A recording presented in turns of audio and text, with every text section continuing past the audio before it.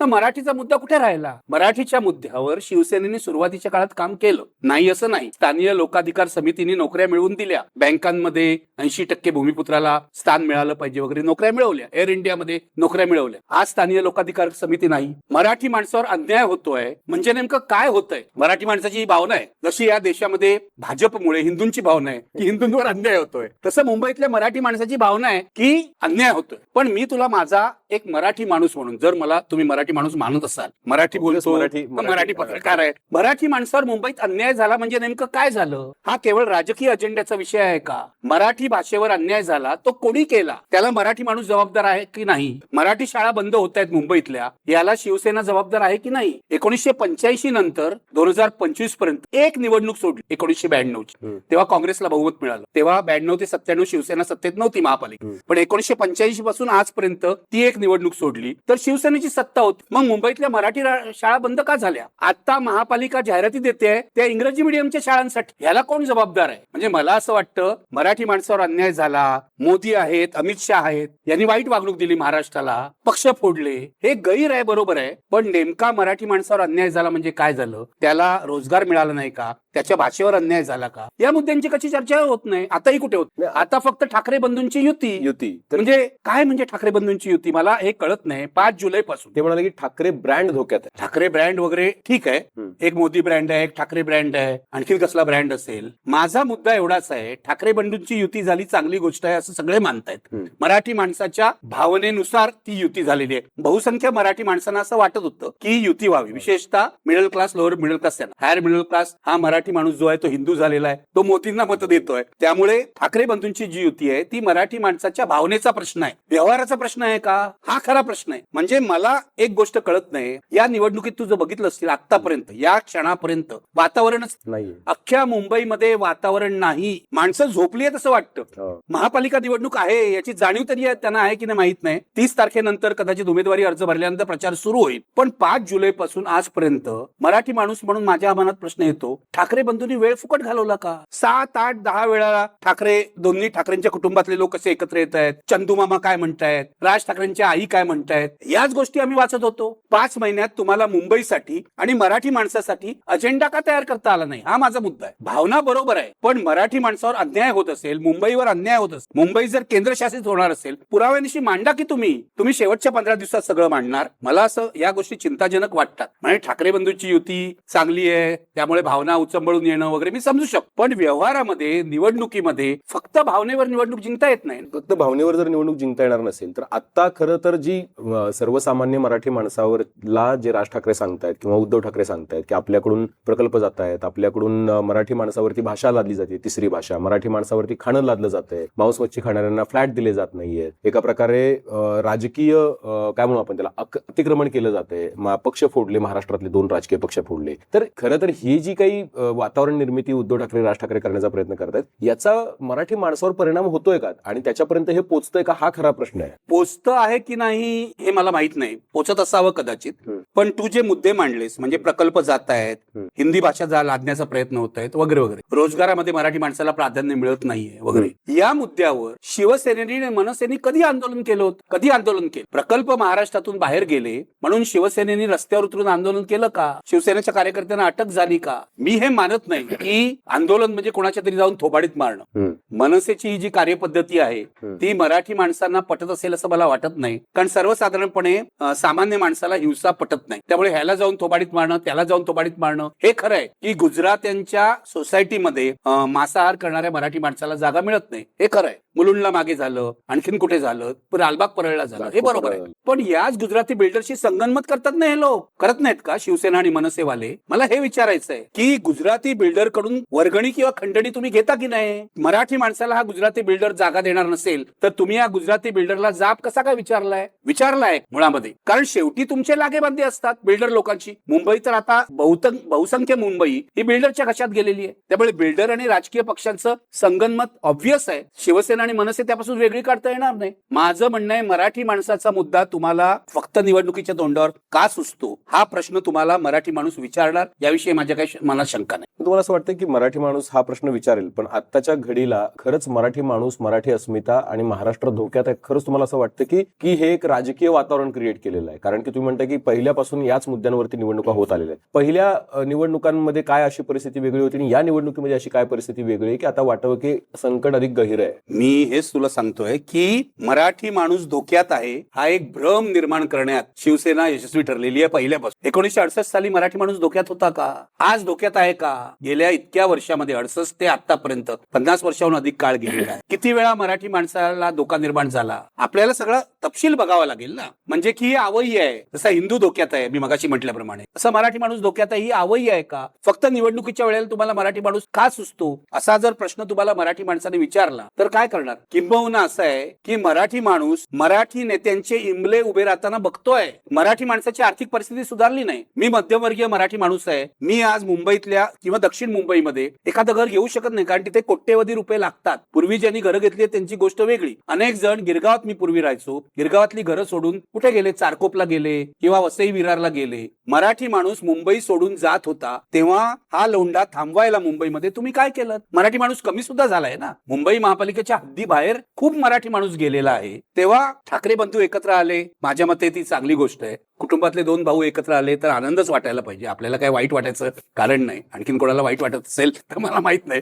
पण त्याचा राजकीय उपयोग होईल का? त्यासाठी काय करायला पाहिजे ते तुम्ही करणार आहात का? मी एक गोष्ट तुला सांगतो. ठाकरे बंधू एकत्र आले, मराठी माणसाचा मुद्दा जुनाच मुद्दा आहे, त्यावरच शिवसेना निवडणूक लढत. आदित्य ठाकरेंनी जे प्रेझेंटेशन केलं वरळीला ते मला जास्त महत्वाचं वाटतं. या सगळ्या आदित्य ठाकरेंनी किमान हे दाखवायचा प्रयत्न केला की गेल्या 30-35 वर्षात शिवसेनेने, म्हणजे उद्धव ठाकरे यांच्या शिवसेनेने आणि त्याच्या आधी अविभक्त शिवसेनेने काय महापालिकेत केलं त्यावर प्रश्न विचारायला पाहिजेत ना. तुम्ही जर एखादा जलप्रकल्प केला, एखादा विद्युत प्रकल्प केला किंवा आणखीन काही केलं, गटार नीट केली. आदित्य ठाकरेंचं असं म्हणणं आहे हिंदमातामध्ये पाणी तुंबत होतं ते मी थांबवलं, आता पुन्हा ते तुंबायला लागलंय वगैरे गोष्टी ठीक आहेत, पण ते मी थांबवलं. तर खरोखर थांबलेलं आहे का? या प्रश्नावर लढली पाहिजे ना मुंबईची निवडणूक. मुंबईमध्ये पाणी का तुंबतं आणि ते नीट त्याचा निसरा का होत नाही या प्रश्नावर मुंबईची निवडणूक लढली पाहिजे. किंवा 25 वर्षामध्ये आपण असं म्हणतो, म्हणजे बीजेपीचा हा आरोप आहे की शिवसेनेने फक्त भ्रष्टाचार केला. माझं बीजेपीला म्हणणं आहे की तुम्ही ते वाल्या कोळ्यासारखं करू नका. वाल्या कोळी दरोडेखोरी करायचा, घरी विचारायला गेला माझ्या पापात कोण वाटेकरी हो कोण, हे वाल्या कोळ्याला सांगितलं आम्ही नाही तुझ्या पापात वाटेकरी घरच्या लोकांनी. तसंच बीजेपी करताय ना. तुम्ही सत्तेमध्ये सहभागी होतात 1985 नंतर, सातत्याने सहभागी होतात शिवसेनेबरोबर. मग शिवसेना जर भ्रष्टाचार करत असेल तर त्या भ्रष्टाचारात 50% वाटा तुमचा सुद्धा आहे. तुम्ही सुद्धा पैसे खाल्लेले आहेत आणि ज्यांना मुंबई महापालिका माहिती आहे तिथे पैसे सर्वपक्षीय नगरसेवक वाटून खातात, म्हणजे सगळे खातात. तेव्हा फक्त शिवसेनेने पैसे खाल्ले या आरोपाला मी किंमत देत नाही. खाल्ले असतील त्यांनी, पण भाजपनी पण खाल्ले, इतर पक्षांनी पण खाल्लेले आहेत. आणि खरं तर या सगळ्या नगरसेवकांना नागरिकांनी घरी पाठवलं पाहिजे. या सगळ्यांनी पैसे खाल्ले. कारण साधी गोष्ट आहे ना. पूर्वीपासून एक उदाहरण दिलं जातं, कालपर्यंत जो स्लीपर्स घालत होता तो आता फिरतो कसल्या तुमच्या त्या अलिशान गाड्यातून फिरतो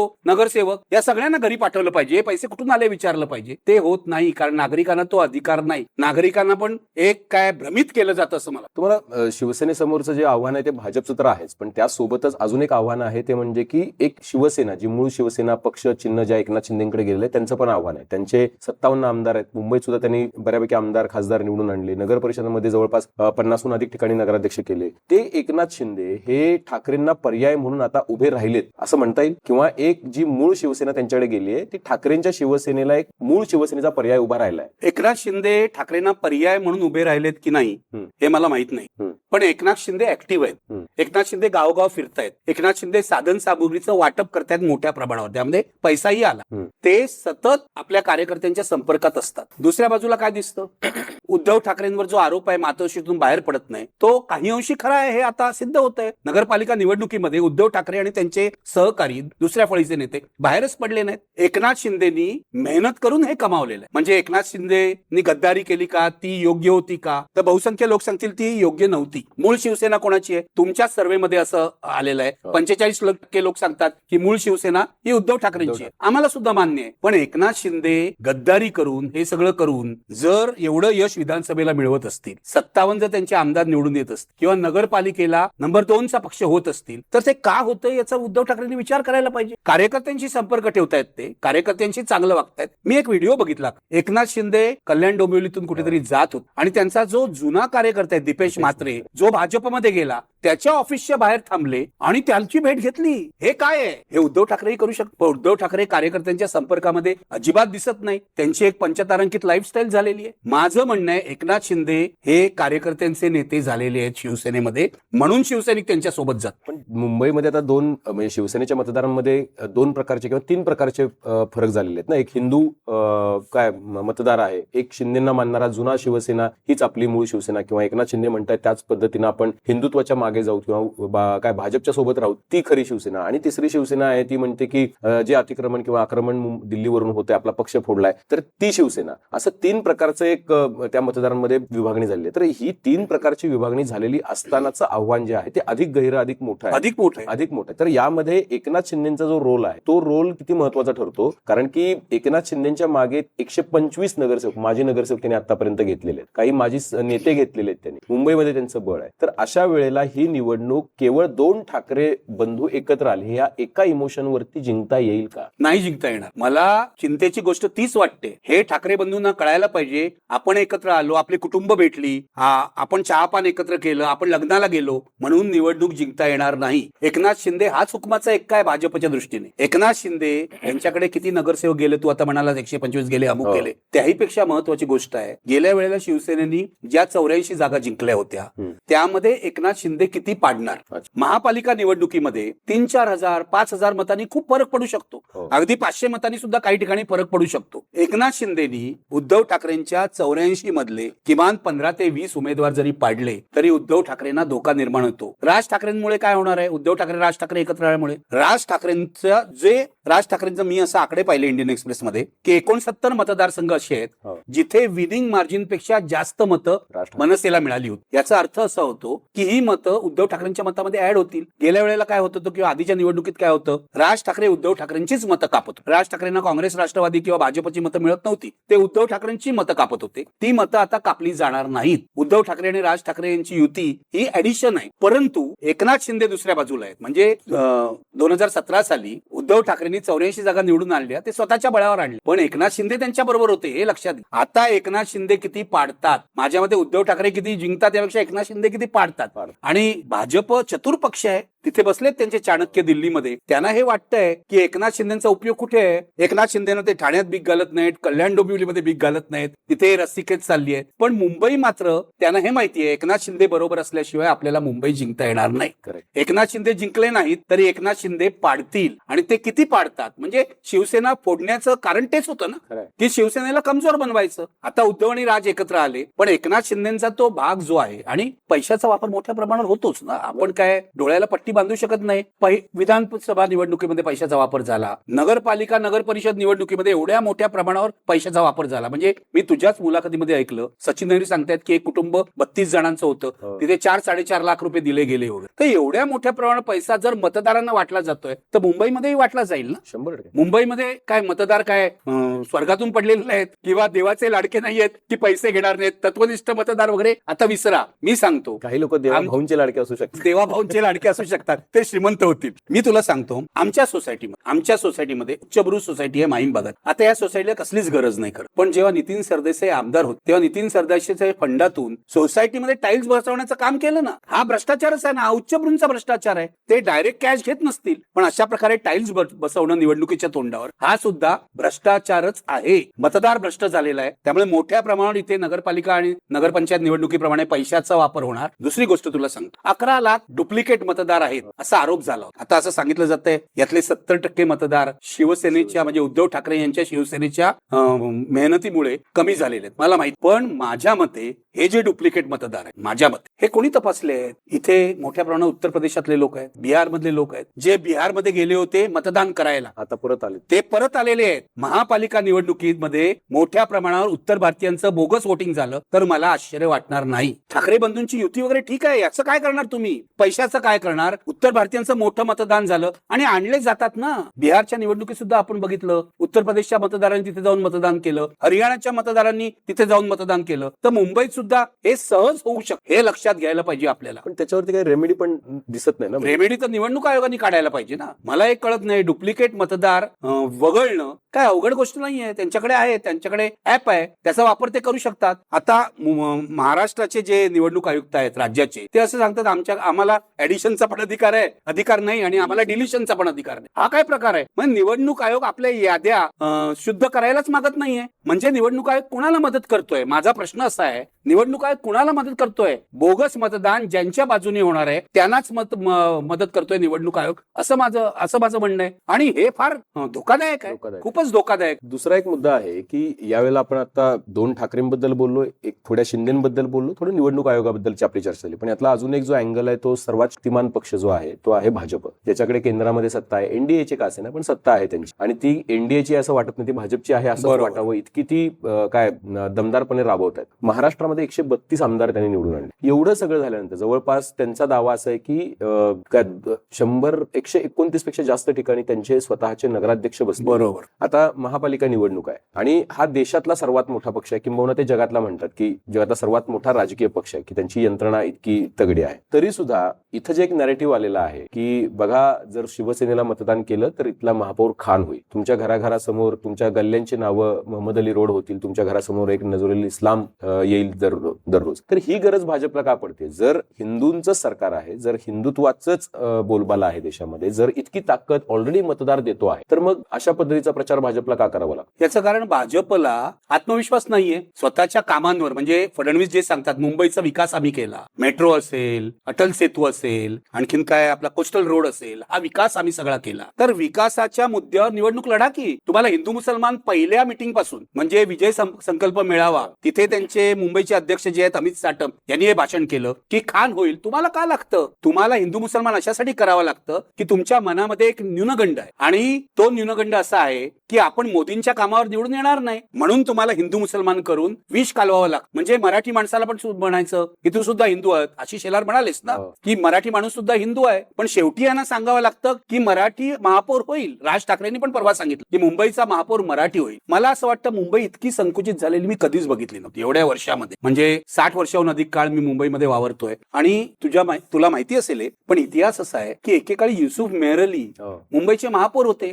जिजीभाई मुंबईचे महापौर होते. म्हणजे मुसलमान महापौर झालेले आहेत, पारशी महापौर झालेले आहेत, गुजराती महापौर झालेले आहेत. त्यामुळे मुंबईमध्ये मुसलमान महापौर झालेलं नाही असं काही नाही. आणि जेव्हा मुसलमान महापौर झाले तेव्हा हा भारतीय जनता पक्ष वगैरे नव्हता. पण आता हे जे उकरून काढतायत की उद्धव ठाकरेंना मत दिलं की मुसलमान महापौर होईल, माझं म्हणलं पहिली गोष्ट आपण यांना सांगायला पाहिजे, एक तर मुसलमान हा मुंबईकर आहे, त्यामुळे मुसलमान महापौर होण्यात काही गैर नाहीये. पण आता राज ठाकरेंनी जाहीर केलेलं आहे की मराठीच महापौर होईल. मराठी महापौर दगड असलेला चालेल का तुम्हाला? माझा प्रश्न हा आहे. कर्तृत्ववान पाहिजे ना. किशोरी पेडणेकर महापौर होत्या, काय केलं त्यांनी? काय कर्तृत्व आहे? काय ठसा उमटवला? हा प्रश्न नागरिक विचारणारच ना. मुंबईचा महापौर जर तुम्हाला मराठी हवा तर तो का हवा मराठी? मुंबई हे कॉस्मोपॉलिटन शहर आहे. मला असं वाटतं की भाजपचा जो प्रचार आहे हा अत्यंत संकुचित आहे, अत्यंत चुकीचा आहे. त्याला उत्तर देताना उद्धव ठाकरेंनी मराठीच महापौर होईल, राज ठाकरेंनी मराठीच महापौर होईल असं म्हणणं मी समजू शकतो की काय म्हणतात, अरेला कार्य करणं राजकारणात चालतं. पण ते उत्तर नाहीये. मुंबईच्या समस्या वेगळ्या आहेत, त्या समस्यांवर बोला. आमचा रस्ता चांगला नाही, आमच्या रस्त्यावर खड्डे असतात, आमच्याकडे पाणी पोचत नाही. पण मुंबईमध्ये एवढी झोपडपट्टी वाढली, प्रचाराशिवाय भाजप जिंकू शकत नाही असं त्यांना वाटत असेल. मी तुम्हाला यासाठी विचार, असं त्यांना वाटत असेल. इलेक्शन मध्ये, लोकसभेच्या इलेक्शन मध्ये पण गाय भैंस चुरा लेंगे, मंगलसूत्र छीन लेंगे वगैरे, बटेंगे तो कटेंगेचा विधानसभेला प्रचार झाला. तर तो जो प्रचार आहे तर ते म्हणतात की तुम्ही नॅरेटिव्ह सेट करताय ना, मग हा एक आमचा नॅरेटिव्ह आहे असं त्यांचं म्हणणं आहे. तुम्ही संविधान बदलाचा नॅरेटिव्ह सेट केला. ते म्हणतात की आम्ही कधी म्हणालो का संविधान बदलणार? त्याच्यामुळे आम्ही म्हणालो नाही. पण अर्थात त्यांचे काही लोक खासदार, 1-2 खासदार, काही नेते म्हणाले होते, ती गोष्ट वेगळी, त्याच्या व्हिडिओ क्लिप्स पण आहेत आपल्याकडे. पण प्रश्न असा आहे की हिंदू मुस्लिम केल्याशिवाय निवडणूक का जिंकता येत नाही? कारण 2014ला तर हिंदू मुस्लिम नव्हतं, विकास, भ्रष्टाचार, घराणेशाही हे 3 मुद्दे होते. त्यावेळेला तुम्ही तर म्हणजे होतात आणि काम करतो. तर ते 3 मुद्दे 2019 येता देश के नाम 1 वोट पर्यंत आलं, कारण पुलवामा झाला. आणि 24 येता थेट बटेंगे तो कटेंगे झाला. हाच तर प्रॉब्लेम आहे ना. 2014 पासून आजपर्यंत 11 वर्ष तुमची सत्ता आहे. 11 वर्षामध्ये तुम्ही विकासाचा अजेंडा राबवताय असं तुम्ही म्हणताय. एकसारख्या जाहिराती येतात, इथे पूल बांधले, हे झालं, ते झालं, इथे हॉस्पिटल बांधली, तरी सुद्धा त्या जाहिरातींवर नागरिकांनी का विश्वास ठेवा? तुमचाच विश्वास नाहीये. तुम्हाला हे करावंसं वाटतं याचं कारण समाजामध्ये धर्मांधतेचं किंवा जातीयवादाचं विष पसरवल्याशिवाय निवडणुका जिंकता येणार नाही असं भाजपला वाटत असावं. आता एक तुला साधं उदाहरण देतो ताजं. मोदी गेले चर्चमध्ये दिल्लीच्या क्रिसमस साजरा करायला. तिथे त्यांनी आशीर्वाद सुद्धा घेतले त्या ख्रिश्चन धर्मगुरूंकडून. बाहेर काय होत आहे? बाहेर छत्तीसगडमध्ये इतर ठिकाणी चर्चवर हल्ले होत आहेत. क्रिसमसचं जे सेलिब्रेशन आहे ते डिस्टर्ब केलं जात आहे. हा दुटप्पीपणा भाजपच्या स्वभावातच आहे. भाजपच्या डीएनए मध्ये हा दुटप्पीपणा की आपल्याला धर्मांध गोष्टी केल्याशिवाय विजय मिळणार नाही असं त्यांना वाटतंय. आणि मग मी जे मगाशी म्हटलं की हिंदू असुरक्षित आहेत, ख्रिश्चन लोक क्रिसमस साजरा करतात. क्रिसमस साजरा करणं म्हणजे काय धर्मांतर करणं आहे का? इतके मूर्ख लोक आहेत आणि यांच्यावर विश्वास ठेवणारे पण महामूर्ख आहेत असं माझं म्हणणं आहे की असा प्रचार करतात आणि एक भयगंड पसरवतात. हा जो भयगंड पसरवणं आहे ना भाजपमध्ये की मुसलमान होईल, कारण आपल्याला जर मराठी म्हणून मतं मिळणार नाहीत तर मराठी माणसाची काही मतं आपण मुसलमान होईल असं म्हटल्यावर मिळेल ना. काही मराठी माणूस तर हिंदुत्ववादी असेल तो ती मतं मिळवायची. दुसऱ्या बाजूला उत्तर भारतीयांना भडकवायचं. अतिशय शांतपणे मुंबईमध्ये उत्तर भारतीयांना भडकवण्याचा उद्योग भाजप करतोय हा माझा आरोप आहे. छोट्या छोट्या संघटना काढलेल्या आहेत, काही त्याला अर्थ नाही. उत्तर भारतीय सेना अमुक, आणि हे राज ठाकरेंना धमकी देतील किंवा त्यांना इशारा देतील, उद्धव ठाकरेंना इशारा देतील, शिवसेनेला इशारा देतील. या सगळ्या संघटनांमध्ये काही दम नाही. पण माझा असा आरोप आहे या सगळ्या संघटनांना प्रायोजित भारतीय जनता पक्ष आणि त्यांचा सगळा परिवारच करतो आहे. याचं कारण पहिल्या दिवशी उद्धव आणि राज ठाकरे युतीच्याच दिवशी बटोगे तो पिटोगे अशी पोस्टर लावता तुम्ही मुंबईमध्ये, बॅनर्स लावता. बटोगे तो पिटोगे ही उत्तर भारतीयांनी लावलेली बॅनर्स आहेत की तुम्ही जर एक राहिला नाहीत, तुम्ही जर विभागला गेलात तर तुम्हाला मार पडेल. आणि हे कोणाला उद्देशून आहे? हे राज ठाकरेंना उद्देशून आहे. हे कोण करतंय? हे भाजप नावानी करू शकत नाही. स्वाभाविकपणे कुणाला तरी प्रायोजित करायचं, कुणाला तरी उचकावायचं हा उद्योग चाललेला आहे. मुंबईतले उत्तर भारतीय 100% आपल्याला कसं मत देतील हे भाजप बघतंय. कारण मराठी माणसाची सगळी मतं त्यांना पडणार नाहीत. मराठी माणसामध्ये विभागणी होणार. एका बाजूला ठाकरे बंधू, एका बाजूला शिंदे सेना आणि इतर काही पक्षांची मतं. पण मग उत्तर भारतीयांची 100% मतं आपल्याला मिळतील. या पुढच्या काही दिवसात मुंबईतलं वातावरण बिघडलं आणि अमराठी आणि मराठी झालं तरी मला आश्चर्य वाटणार. या क्षणाला मुंबई शांत आहे. मराठी असं काही होत नाही. आणि यामध्ये यांना मदत कोण करतं माहिती? यांचा मदतीस कोण करतं? हिंदी चॅनलवाले. माफ करा, तुमचं पण हिंदी चॅनल आहे, पण हे माझं पहिल्यापासून ऑब्झर्वेशन आहे की महाराष्ट्रामध्ये किंवा मुंबईमध्ये छोटी घटना घडली. आता मनसे वाले जाऊन कुठेतरी मारहाण करतात, मूर्खपणा करतात. मारहाण करणं गैरच आहे, पण एक मारहाणीची घटना घडली की हिंदी चॅनलवाले सगळ्या मुंबई शहरात जणू मारहाण होते आणि दंगलच पेटली आहे अशा बातम्या दाखवत. हे भाजपला मदत करणंच आहे, हे लक्षात घ्या. हा जो प्रचार आहे तो भाजपला मदत करणंच आहे. तेव्हा यावेळेला ठाकरे बंधूंना फक्त भाजपशी लढायचं नाहीये. भाजप अधिक हिंदी भाषेची चॅनल्स आहेत यांच्याशी पण लढायचं आहे. म्हणून राज ठाकरेंनी त्या दिवशी सांगितलं की मराठी चॅनलमध्ये आणि पेपरमध्ये काम करणारे जे मराठी लोक आहेत त्यांनी आम्हाला मदत करावी. मुंबईविषयी प्रेम, मुंबईविषयी आम्हाला प्रेम आहे, चांगली गोष्ट आहे. आम्हाला जर मराठी माणसाच्या हिताची गोष्ट झाली मुंबईमध्ये आणि मुंबईवरचा मराठी माणसाचा ठसा जर टिकणार असेल तर आम्हाला हवा आहे. मुंबई मराठी माणसाची आहे हे आम्हाला मनातून वाटलं, पण मुंबईवरचा जो मराठी माणसाचा ठसा आहे तो कसा टिकवणार तर ठाकरे बंधूंनी आम्हाला सांगावं. एकमेकाच्या घरी जाऊन चहा पीत बसू नका ना, काहीतरी अजेंडा द्या. राज ठाकरेंनी एक ब्लू प्रिंट केली होती, लक्षात आहे तुझ्या? जेव्हा मनसे निर्माण झाले त्या ब्लू प्रिंटचं पुढे काहीच झालं नाही. मुंबईसाठी ब्लू प्रिंट द्या ना आम्हाला. तुम्ही पुढच्या 25 वर्षामध्ये मुंबईचा विकास कसा करणार हे आमच्या समोर ठेवा. खरं तर 5 महिन्यामध्ये हे व्हायला पाहिजे होतं. 5 जुलैपासून आजपर्यंत हे व्हायला पाहिजे होतं, ते झालेलं नाही.